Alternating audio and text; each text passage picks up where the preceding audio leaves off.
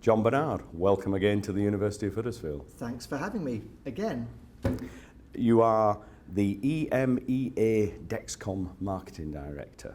You have been for a couple of years now. That's right, yep. Well, I say, how's it been going? What has been your successes over the 2-year period? So I think what's interesting, I moved from mobile phones, software, the world of browsers in Silicon Valley to healthcare. What I think is great, over the last 2 years, we work with a product that helps people with type 1 diabetes, a chronic condition that nobody asked for, nobody wanted. And one of the successes I think we can look at over the last 2 years is the mission of really helping to empower people who have diabetes has been tremendous, and we've helped get more patients, more consumers using the product, and more availability of the product across Europe, the Middle East and Africa than ever before. And that's a wonderful thing for all of these people using that product. So I think that's probably the success over the last 2 years. And from a marketing point of view, you're a marketer, you've won lots of awards. How easy is it to go from one product to a totally different product? So I think a lot of the tenets of marketing are the same. So if you look at sponsorship, digital marketing, advertising, PR, they're pretty consistent, and you can relate them from one industry, be it automotive or software or phones, straight into healthcare. So I think so long as a lot of the levers are there, you can actually move into a different industry, any industry, even things like startups. And I think one of the challenges I had was healthcare was a market I really knew nothing about. AstraZeneca, Johnson & Johnson, I didn't really know companies like Glaxo, how they operated. But one of the things that was consistent with Dexcom is it's a mobile solution. And now we have 2 or 3 billion people globally using these things that hang in our pockets. Many more, the next billion online are coming in Africa and the emerging markets.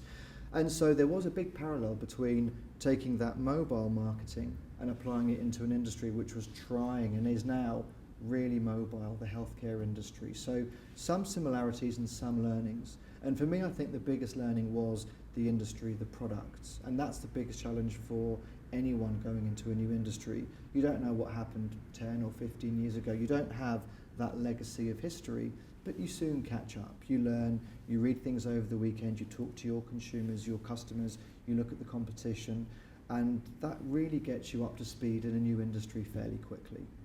And you talk about challenges. What challenges face Dexcom? You've been there 2 years. What's the next 5? So look like for the company more than for yourself? For the company, I think that the big challenge is, so at the moment we really deal with people who have type 1 diabetes, which is between 45 and 50 million people globally. I think over the next 5 years, the challenge will be there are 400 to 500 million with type 2 diabetes. It's actually 1 in every 11 people. It's almost an epidemic of people who have type 1 or type 2 diabetes. And so I think for Dexcom as a company, that's going to be the next step. Having a product that will be something that will empower people who are both type 1 and type 2. So almost 1 in 10 people globally, not just in Europe, the Middle East and Africa, but globally. I think that's the exciting challenge for Dexcom as we move into the next 5 years. You're receiving your award this afternoon, yes. The Awards Ceremonies. You have been here before, but how has the university changed? So I think the university's gone from strength to strength. You only have to look at the number of students I'm seeing on the campus today. It's a lot more than we had previously. You only have to look at the architecture. Some of the buildings we have here, if I brought my friends and colleagues from Facebook, Twitter, Apple, they would think they were on a Facebook campus here at Huddersfield today. The only thing we're missing are probably free bicycles taking students from one campus to another campus. We could maybe call that Unicycle, Marketer of the Year 2013. I mean, it really is. The DNA of the university when I joined here in 91, left in 95, is the same. The spirit of the university is the same, which is fantastic. It's dynamic, it's thriving, it's young, it's ambitious. And I think if you look at the buildings we have, the number of students, the increasing in numbers of students from international, the university is a fantastic place to be. And now you have the School of Business, which in my opinion is the best school of business in the country.